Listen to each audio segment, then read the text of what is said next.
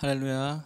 오늘 말씀의 제목은 안녕하십니까? 라는 제목으로 함께 은혜를 나누기 원합니다. 요한복음 14장 25절부터 31절까지의 말씀입니다. 요한복음 14장 25절부터 31절까지 제가 한번 읽도록 하겠습니다.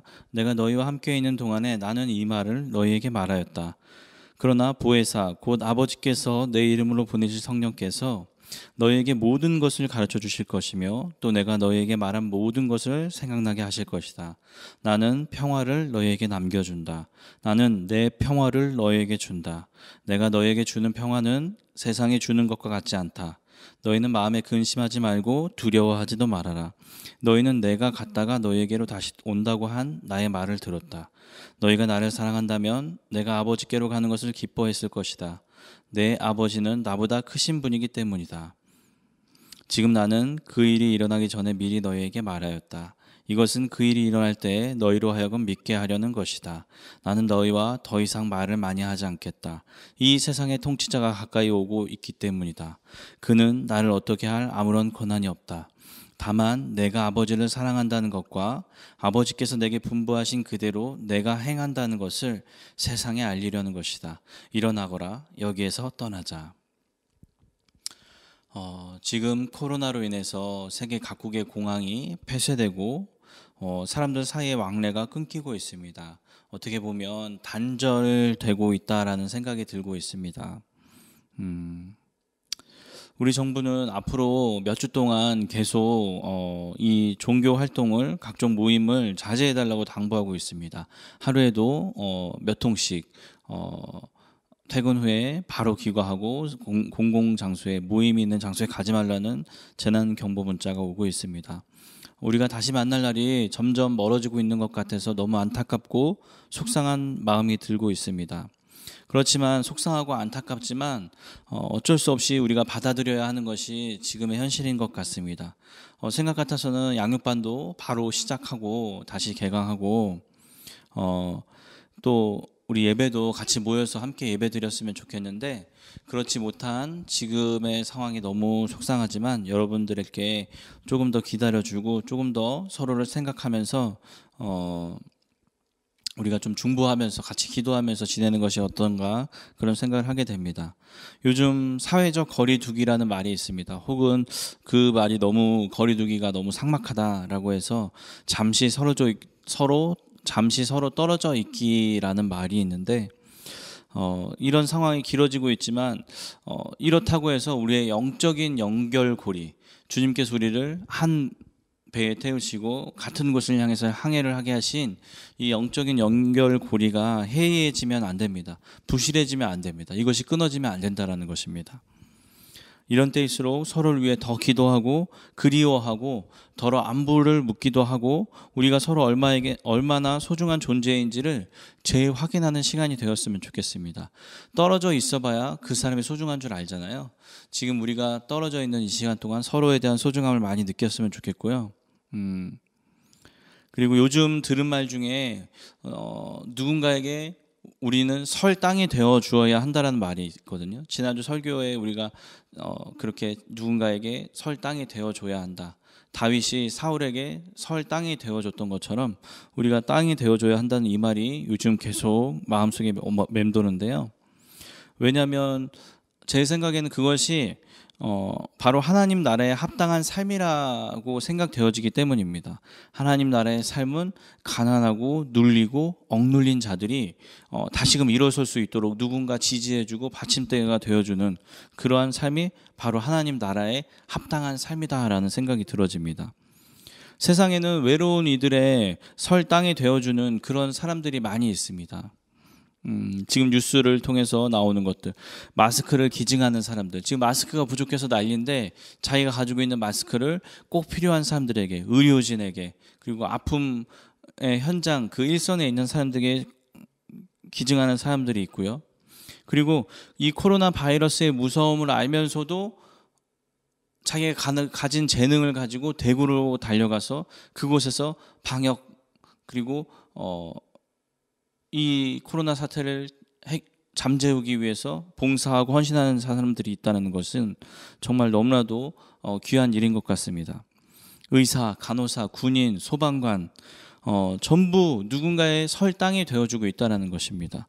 우리의 신앙생활 역시 그래야 하지 않을까 생각되어집니다. 지금 잠시 소극적이고 위축되어 있고 폐쇄적으로 우리가 지금 갇혀 있지만 그 가운데서 우리가 할 수 있는 일들을 생각해서 어려운 이들, 우리의 도움과 우리의 사랑이 필요한 이들에게 설 땅이 되어주는 것이 어떤가 하는 생각을 하게 됩니다.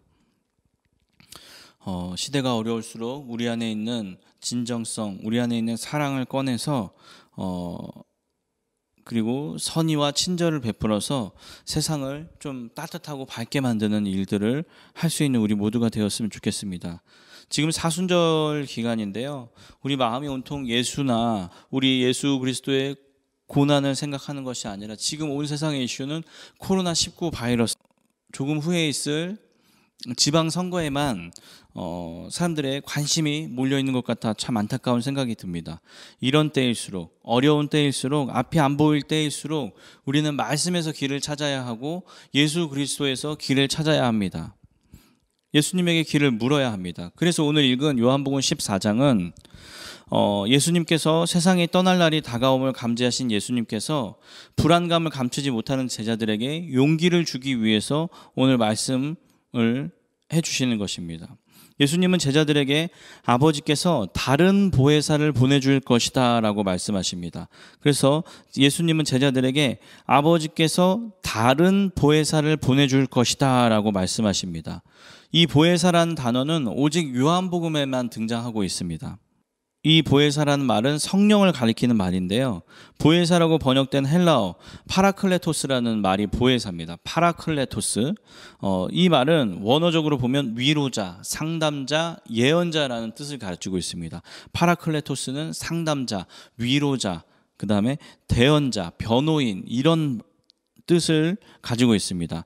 그래서 성경 번역자들은 이 파라클레토스를 어떻게 번역할까를 고민하다가 보혜사라는, 우리 한국말로 번역한 번역자들, 보혜사라는 단어를 새롭게 조어로 만들어내게 되었다는 것입니다. 그래서 그 뜻을 보니까 지킬 보, 은혜해, 스승사, 그러니까 지킬 보, 은혜해, 스승사, 지키고 생명을 선물로 주시고 가르치시는 분이라는 복합적 의미를 합친 합성어죠. 보혜사, 지키시고 생명을 주시고 가르치시는 그런 분이 보혜사 성령이시다라는 거죠. 복합적 의미를 잘 담아낸 단어를 보혜사라는 단어를 만들어냈습니다. 그런데 여러분, 오늘 말씀에서 예수님은 아버지께서 다른 보혜사를 보낼 것이다. 그렇다면 먼저 보혜사가 있었는데 그 보혜사 말고 이 다른 보혜사를 보내실 것이다 라고 이야기합니다. 이 말은 물론 그들이 이미 보혜사를 알고 있었다라는 것을 전제합니다. 예수님께서 다른 보혜사를 보낼 거야 라고 얘기했을 때는 그 전 보혜사가 누구인지를 알고 있었다는 것입니다. 그래서 요한일서 2장 1절에는 누가 죄를 짓더라도 아버지 앞에서 변호해 주시는 분이 우리에게 계시는데 곧 의로우신 예수 그리스도입니다라는 구절이 나옵니다. 변호해 주시는 분이 바로 파라클레토스이고 그분이 바로 의로우신 예수 그리스도라는 것입니다. 이 보혜사라는 의미를 저는 신학교에서도 들은 적이 없고 어른이 되어서 알았어요. 그냥 성경을 다 누구든지 보혜사는 알 것이다라고 생각하고 있었나 봐요. 그래서 제가 느낀 거는 궁금하면 좀 찾아봐야 되겠다라는 생각을 하게 됩니다. 보혜사 성령을 보낸다. 부흥회 때마다 여러분 보혜사 성령이 여러분들을 위해 중보하고 계십니다. 그렇게 수없이 많이 얘기했는데 이 보혜사라는 뜻이 그렇다는 거예요. 지키시고 은혜를 베푸시고 생명을 선물로 주시고 우리를 가르치시는 분이 보혜사라는 거죠. 이 파라클레토스라는 단어를 여러분이 기억했으면 좋겠습니다. 예수님은 하나님께서 맡기신 세상에서의 모든 일을 마치고 하나님께로 돌아가면 제자들은 고아처럼 버려지는 것이다 라고 느꼈을지 모르겠습니다. 그래서 예수님께서 그들을 위로하기 위해서 나 보혜사는 너희들을 지키고 생명을 주었고 너희들을 가르쳤던 나는 가지만 하나님께서 이제 다른 보혜사를 너희에게 선물로 주실 것이다 라고 얘기합니다. 그래서 모든 것을 가르치고 그들 속에서 머물면서 주님이 그들에게 들려주셨던 모든 것을 이 보혜사 성령께서 생각나게 하신다라는 것입니다. 그래서 공원을 걷다 보면 문득 어떤 말씀이 생각나거나 찬양이 떠오르거나 자꾸 곱씹게 되고 흥얼거리게 될 때가 있습니다. 이럴 때 성령님께서 우리를 툭 건드리시기 때문에 우리가 계속 찬양을 흥얼거리고 말씀을 암송하기도 하는 것입니다. 그래서 보혜사 성령은 예수님이 이미 우리에게 가르친 것을 심화시켜서 구체적인 상황 속에서 적용할 수 있도록 우리를 도우시는 분이 보혜사 성령이시라는 겁니다. 그러니까 나를 채우고 나를 늘리는 것, 나의 지경을 넓히는 것에 대한 욕망에 사로잡혀 있던 우리가 자유로워질 때 사람은 맑아지고 따뜻해지고 친절하게 됩니다. 내 것을 챙기려고 하다가 이제 그것을 벗어나서 자유로워질 때 이제 내 것이 의미가 없구나 하며 나눠 죽을 때, 그때 우리는 우리의 심령이 따뜻해지고 친절해진다는 것입니다. 삭개오가 예수 그리스도를 만나 그 변화됨을 경험했을 때 그동안에 자기의 채우고 자기의 높아짐을 위해 살던 인생이 이제는 나눠주는 삶으로 변화된 것처럼 우리의 삶이 그렇게 성령님이 우리 안에 들어오시고 예수 그리스도가 우리 안에 거하시게 될 때 우리의 삶은 그렇게 다른 외향적으로 따뜻함을 베푸는 그런 삶이 될 수 있다는 것입니다. 그래서 주님은 보혜사를 보내줄 뿐만 아니라 나의 평화를 너희에게 준다라고 얘기합니다. 예수님이 갖고 있던 그 평화를 너희에게 준다라고 이야기합니다. 이 평화는 헬라어로 에이레네라는 말입니다. 에이레네. 다양한 의미를 내포하고 있는데 이 에이레네 평화는 어떤 거냐면 나라 간에 전쟁이 없는 상태, 그러니까 전쟁이 없고 서로 평화롭게 왕래하는 사이, 에이레네입니다. 그래서 또 개인 간의 조화, 사람과 사람이 조화롭게 잘 사는 것, 이것이 에이레네입니다. 다툼이 없고 싸움이 없고 서로 더 가지려고 하려고 하는 그런 마음이 없는 상태를 에이레네라고 얘기합니다. 그래서 안전, 번영, 그 다음에 구원의 확신에서 오는 든든함 등이 에이레네라는 단어입니다. 예수님께서 말한 평화는 이거예요. 다툼이 없고 전쟁이 없고 평화로운 상태, 그래서 안전하고 모든 것이 잘 되고 그리고 우리 안에 구원의 확신으로부터 오는 평안함이 오는 것, 이것이 에이레네라는 것입니다. 예수님은 이것을 우리에게 주고 간다라고 이야기합니다. 그래서 이 에이레네의 제일 좋은 평화라는 단어는 우리가 생각했을 때 너무 광범위하고 우리가 잘 와닿을 수 있는 단어로 번역하면 오늘 말씀의 제목처럼 안녕이라는 단어라고 생각됩니다. 안녕은 정신적으로나 육체적으로나 아무 탈 없이 평안한 상태를 뜻한다는 겁니다. 그래서 우리가 밤에 자고 일어나서도 그 다음날 아침에 만나 인사할 때 안녕하십니까 라고 인사하는 것은, 밤새 안녕하셨습니까 라고 얘기하는 것은 밤새 탈 없이 육체적으로 정신적으로 아무 탈 없이 건강하십니까 평안하십니까 라고 묻는 그런 인사라는 것입니다.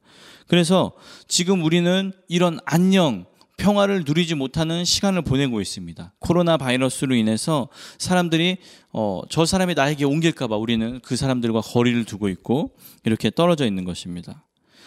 그 당시 불안에 사로잡혀 있던 그 제자들의 상태도 지금 우리의 상태와 비슷하지 않았을까라는 생각을 하게 됩니다. 제자들 역시 마찬가지로 불안하고 예수님께서 주신 이 에이레네의 상태를 받아들이지 못하고 있었을 것 같습니다. 왜냐하면 자기들이 믿고 있던 예수 그리스도가 이제 자기를 떠나서 어딘가로 간다라고 이야기하는 것입니다. 그래서 자기들은 이제 예수님을 통해서 이 세상을 바꾸고 변혁시켜서 자기들이 원하는 세상을 살아나갈 수 있을 줄 알았는데 이제 예수님께서 떠나가신다라고 얘기하니까 불안했던 것 같아요. 그런데 주님은 그들에게 너희는 지금 마음에 근심하지 말고 두려워하지 말라라고 오늘 말씀에서 얘기합니다.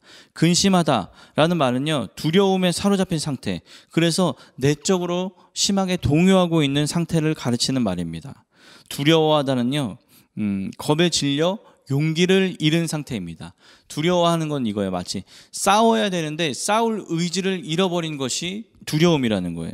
그래서 내가 저 무서운 길을 가야 되는데 가야 될 생각을 못하게 만드는 것이 두려움이라는 거예요. 그래서 개를 만져야 되는데 개가 물까 봐 개를 만지지 못하는 행동이 두려움이라는 것입니다. 그래서 현실이 힘든데 한 치 앞을 내다볼 수 없는데 어떻게 평안을 누릴 수 있냐? 지금 코로나 때문에 우리가 너무 힘들고 너무 지금 걸리면 죽을 수도 있고 위험한데 어떻게 정말 평안을 누릴 수 있냐? 이런 이야기가 나오는 것입니다. 제자들이 지금 불안해서 평안을 누리지 못하고 있는 그 상황이 지금 우리가 겪고 있는 상황과 겹치고 있다는 것입니다. 지금 소상공인들은 물론이고 기업인들, 직장인들, 취업 준비생들, 비정규직 노동자들, 일용직 노동자들, 또 월세를 내기 어려운 개척교회들, 많은 이들이 정말 어려운 시기를 지나고 있습니다. 대출 만기는 돌아오고 임대료는 달달이 내야 되고 일하는 이들에게 지급해야 할 임금이 없어서 지금 빚을 내야 되는 겁니다. 나라에서는 저리로 빚을 내주는데 그 돈으로 임금을 줘라 이겁니다. 취업시험, 토익시험 등이 미뤄지면서 정말 몇 달이면 끝나야 될 시험이 이제 더 길어져서 그들의 지금 받아야 될 심적인 데미지는 너무나도 크다는 것입니다. 그러나 지금 더 중요한 것은 이 어려움을 견뎌낼 용기를 가지는 것입니다. 용기를 내는 것입니다. 힘들지만 우리는 결국 이 상황을 이겨낼 것입니다. 늘 드리는 말씀이지만 우리는 이 곤란한 상황보다 더 큰 존재들입니다. 더 큰 존재들입니다.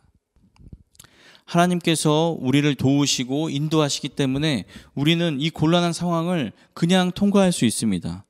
감리교회의 창시자 존 웨슬리의 일화가 있습니다. 지난번에 얘기했던 그 일화인데요. 이 웨슬리 선생님이 미국에 원주민 선교를 하다가 선교의 벽에 부딪혀서 다시 영국으로 돌아가려고 했습니다. 그래서 배를 탔는데 그 배가 풍랑을 만난 거예요. 그래서 사람들이 배가 뒤집혀질까 봐 너무 괴로워하고 너무 어려워해서 웨슬리가 정말 같이 두려움에 떨면서 기도하고 있을 때 다른 곳에서 모라비안 선교사들, 그러니까 모라비안 선교사들이 전혀 동요하지 않고 슬퍼하지도 않고 두려워하지 않는 모습을 가서 물어봤습니다. 당신들은 지금 이 풍랑이 두렵지 않습니까? 라고 얘기했을 때 그 모라비안 선교사들은 오히려 되려 질문했다라는 것입니다. 당신은 예수 그리스도를 믿지 않습니까? 왜 두려워하십니까? 라고 물었다는 거예요. 그때 충격을 받았습니다. 예수를 믿는 사람이 어떻게 죽음이 두렵고 어떻게 이 풍랑이 두렵단 말입니까? 예수를 믿는 믿음으로 그들은 하나님께서 지키실 것이다. 지키시지 않아도 하나님 곁으로 가고 우리의 구원의 확신이 있는 이상 우리는 슬퍼하거나 어려워할 이유가 없다라는 것입니다. 그래서 웨슬리는 그 이후에 이 경험을 통해서 삶에 아주 큰 영향을 받았다라고 고백합니다. 이후에도 많은 시련을 겪었지만 그때마다 이 모라비안 선교사들이 보여준 그 평온한 모습을 떠올리면서 두려움과 절망을 이겨냈다라고 그는 서술하고 있습니다. 모든 것을 주님께 맡긴 사람, 주님을 깊이 신뢰하는 사람은 세상에 주는 것과 같지 않은 평안을 누리게 된다는 것입니다. 그래서 오늘 말씀에서 예수님께서 내가 주는 평안은 세상에 주는 평안과는 다르다라고 얘기합니다. 시편 131편 기자는 하나님 안에 있는 자기 영혼의 평안함을 이렇게 고백했습니다. 내 마음은 고요하고 평안합니다. 젖된 아이가 어머니 품에 안겨 있듯이 내 영혼도 젖된 아이와 같습니다. 평안한 마음은 어디에서 온 것일까요? 지금 어려운 시기를 지나는 분들이 계십니까? 허둥거리거나 불평불만하지 않았으면 좋겠습니다. 어차피 견뎌야 할 시간이라면 차라리 이건 약간 힘들군, 약간 어렵군, 그렇지만 나는 결국 이겨낼 거야 라고 말했으면 좋겠습니다. 긍정의 언어를 이야기했으면 좋겠습니다. 주님이 함께 하시면 우리는 이 시련을 이겨낼 수 있습니다. 다니엘은 사자굴 속에서 동행하시는 하나님을 만났습니다. 이 다니엘이라는 사람은요, 다니엘의 총애 받는 것을 시기한 어떤 다른 신을 믿는 사람이 다니엘이 기도하는 것을 보고 트집을 잡고 왕에게 이제 더 이상 다른 신에게 절하지 못하고 왕에게만 경배하게 해야 한다. 그리고 칙령을 내렸어요. 더 이상 이제 왕이 정한 시간에는 왕에게 기도하고 경배하고 이제 다른 신에게 기도하면 안 된다라고 얘기했을 때 다니엘은 그 칙령을 거부하고 자기가 하던 대로 하루 3번 예루살렘을 향해서 기도를 했다는 거예요. 그래서 왕의 칙령을 어겼으니까 이제 사자굴에 던져졌는데 그 사자굴에 던져졌을 때 이제 하나님께서 다니엘을 만나 주셨다는 것입니다. 다니엘과 동행하는 하나님을 만났다라는 것입니다. 사드락과 메삭, 아벳느고라는 다니엘의 세 친구가 있었습니다. 이 사람들도 똑같은 이유로 용광로와 같은 풀무불 속에 던져졌다는 것입니다. 그런데 그 불이 원래는 들어가자마자 사람이 다 죽어서 녹아야 되는데 그 불이 이 세 사람 곁으로 침범하지 못했다는 것입니다. 그래서 왕이 하나님이 진짜 신이구나라고 생각하면서 많은 사람들이 하나님을 인정하게 되는 일들이 있었습니다.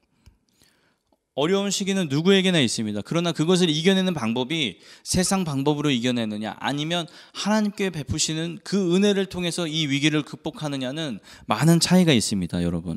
그러니까 여러분들도 이 위기를 우리가 온전히 예수 그리스도 하나님 은혜만으로 극복하는 시간이 되었으면 좋겠습니다. 그래서 우리의 힘으로 무언가를 해보려고 열심히 노력하지만 그것보다도 우리는 먼저 하나님께 주시는 지혜를 가지고 하나님께 주시는 말씀을 가지고 이 위기를 극복하는 그런 시간이 되었으면 좋겠습니다. 주님은 꼭 마지막에 가서 우리를 도우시더라고요.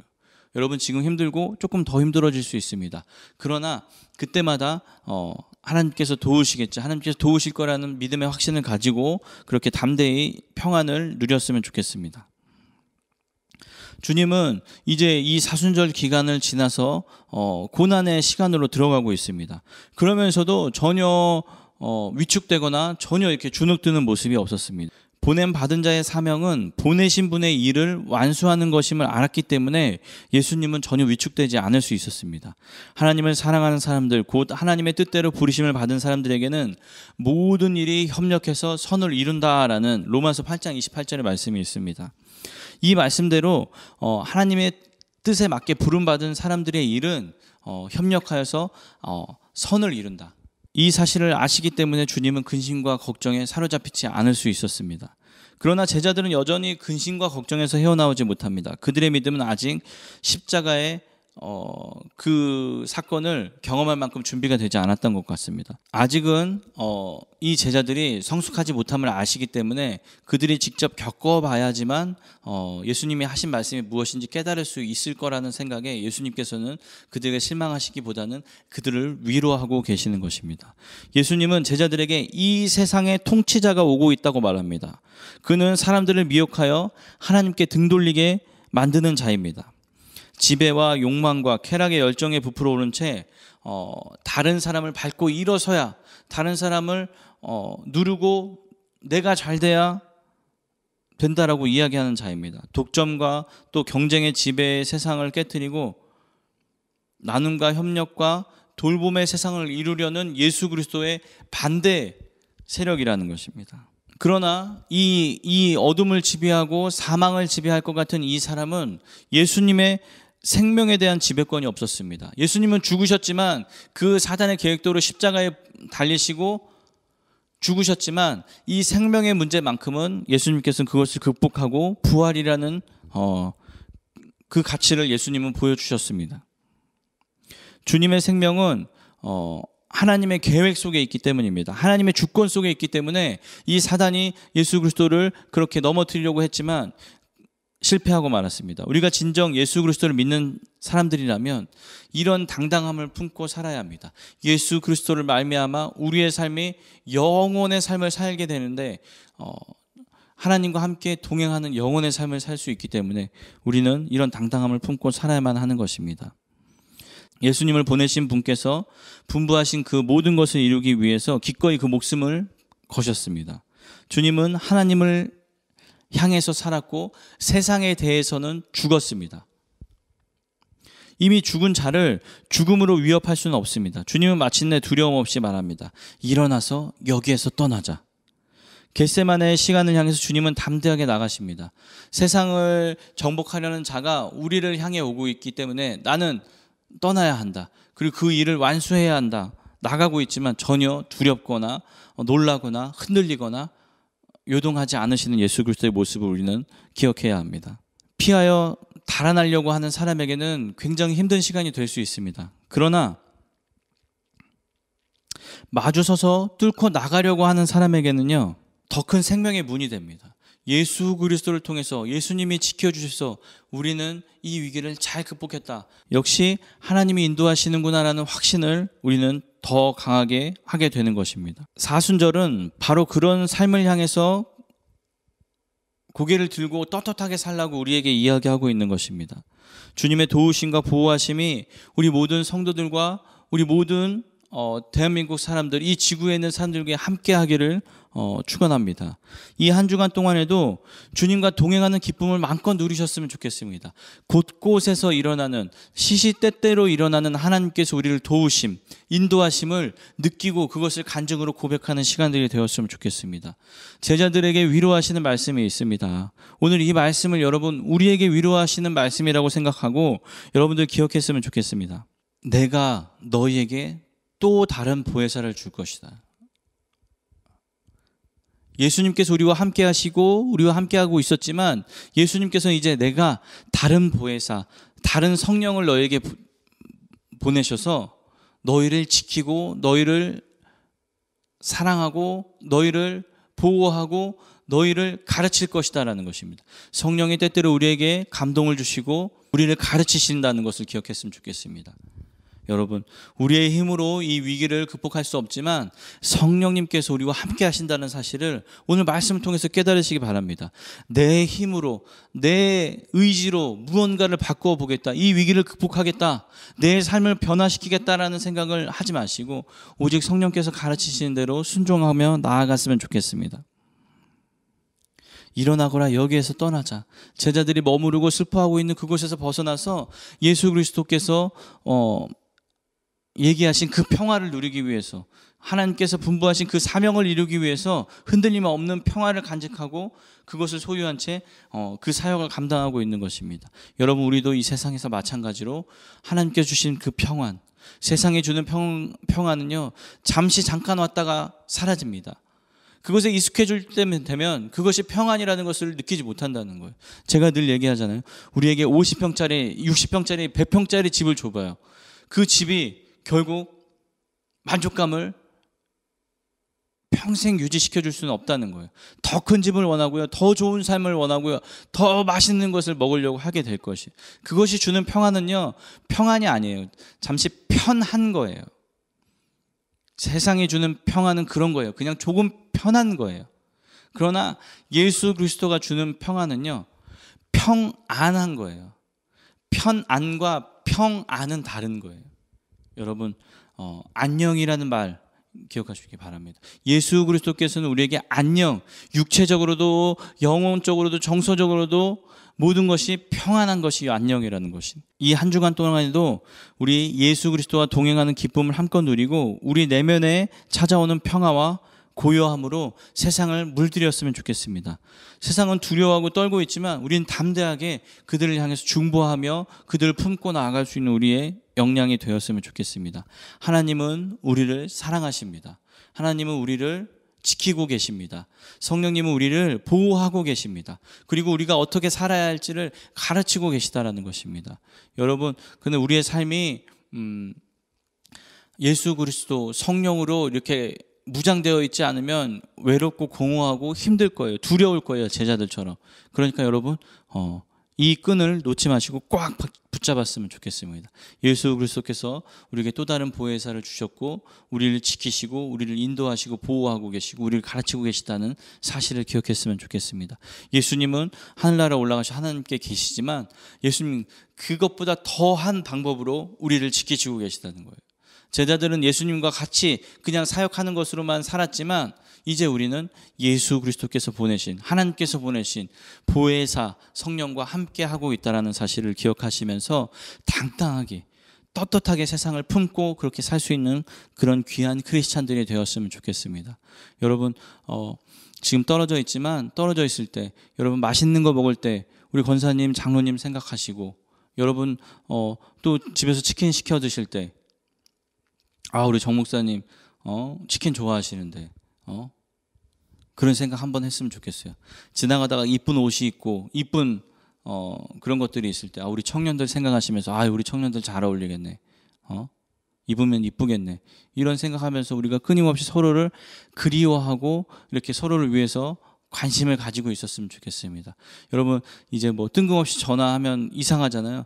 여러분 권사님 장로님에게 전화해서 잘 지내시냐고 안부 전화도 하시고, 또 장로님 권사님들도 또 우리 톡방에 또 올려주시잖아요. 글을 우리 친구들 잘 지내고 있는지 보고 싶다고 올려주시잖아요. 이런 관심들을 마구마구 표현했으면 좋겠습니다. 우리 예슬이 진솔이 가정을 향해서도 우리 늘 기도하면서 이렇게 관심을 가져주셨으면 좋겠습니다. 여러분 이 한 주간 동안은 서로에게 관심을 가지는 그런 시간들이 되었으면 좋겠습니다. 주님이 우리를 사랑하는 것처럼 우리가 서로 사랑하는 그런 더욱더 돈독해지고 더욱더 끈끈해지는 그런 계기가 되었으면 좋겠습니다. 기도하겠습니다. 사랑의 주님, 연일 코로나 바이러스로 인해서 우리가 조금 폐쇄적이고 조금 분리된 삶을 살고 있습니다. 그러나 우리가 마음으로 서로를 위해 중보하고 기도하는 자들이 될 수 있도록 인도하여 주시옵소서. 세상은 우리를 두려움에 떨게 만들지만 하나님 예수 그리스도께서 주시는 평안으로 말미암아 우리가 평안을 누리고 그 평안을 오히려 세상에 끼치는 그런 귀한 크리스찬들이 될 수 있도록 우리의 삶을 지켜주시고 인도해 주시옵소서. 보혜사 성령이 우리에게 함께 하심을 우리가 늘 기억하며 당당하며 떳떳한 삶을 살아갈 수 있도록 인도하여 주시옵소서. 우리를 구원하신 거룩한 예수 그리스도의 이름으로 기도드렸습니다. 아멘. 축도하겠습니다. 오늘 이 시간 우리를 구원하시기 위해 십자가의 고통도 마다하지 않으시고 그 모든 것을 감당하신 예수 그리스도의 은혜와 우리를 너무나도 사랑하시고 우리를 너무나도 아끼시는 그 아들 예수 그리스도와 함께 우리의 가치를 동등하게 생각하시는 그 하나님 아버지의 무한하신 사랑과 우리를 늘 끊임없이 지키시고 보호하시고 인도하시고 우리에게 생명을 나눠주시며 우리를 가르치시는 성령님의 충만한 은혜가 오늘 각자의 처소에서 예배드리고 오늘 말씀대로 세상을 향해서 당당하게 살기로 결정하고 우리가 받은 은혜의 삶을 세상을 향해 온전히 선포하기를 다짐하는 모든 성도들 머리 위에 함께 하시기를 간절히 축원하옵나이다. 아멘.